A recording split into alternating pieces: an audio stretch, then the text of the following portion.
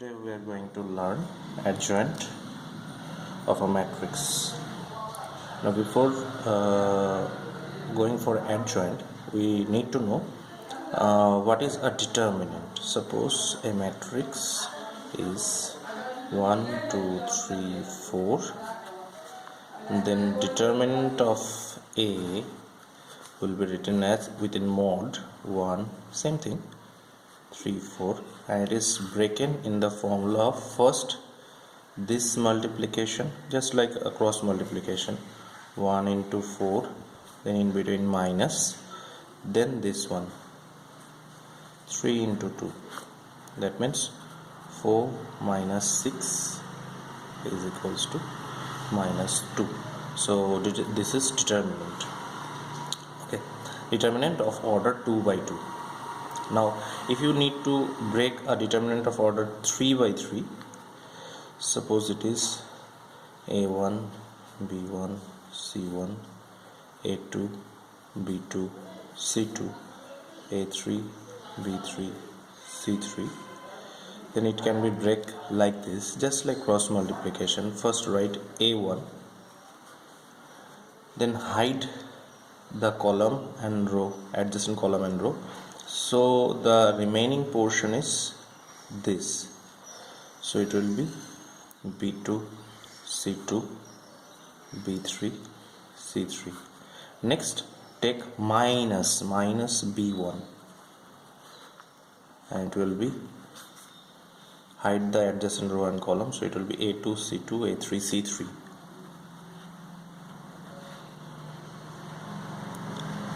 And next one plus C1, and it will be hide the adjacent row and column, so it will be A2, B2, A3, B3. Now you know how to break this cross multiplication formula. First this one, then minus, multiply this one, so it will be A1, B2, C3 minus B3, C2. Next minus B1, remember this was the second one is minus, A2, C3 minus A3, C2, and C1, A2, B3 minus A3, B2. Clear?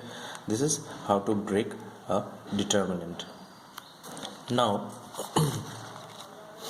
we are going for adjoint. So first thing we have to know what is singular matrix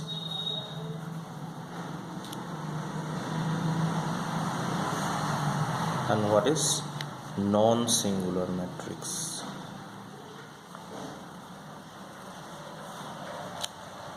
If a matrix is given, suppose A, B, A1, B1, A2, B2, if you find its determinant, that means somehow A1, B1, A2, B2, and if it becomes 0,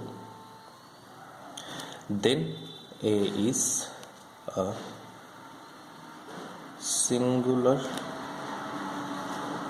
matrix. On the other hand, if you have a matrix and its determinant value, that means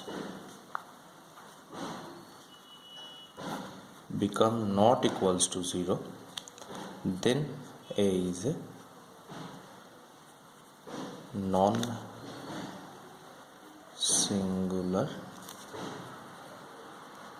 matrix. Okay, now next one we are going for find the adjoint of a matrix. First 2 by 2, adjoint of a matrix of order 2. In order 2 it is in order 3 there is a process. You can use that process here also, but in order 2 there is a easier process, so I am discussing that first. Suppose you have A as A1, B1, A2, B2. Now here A1 and B2 are leading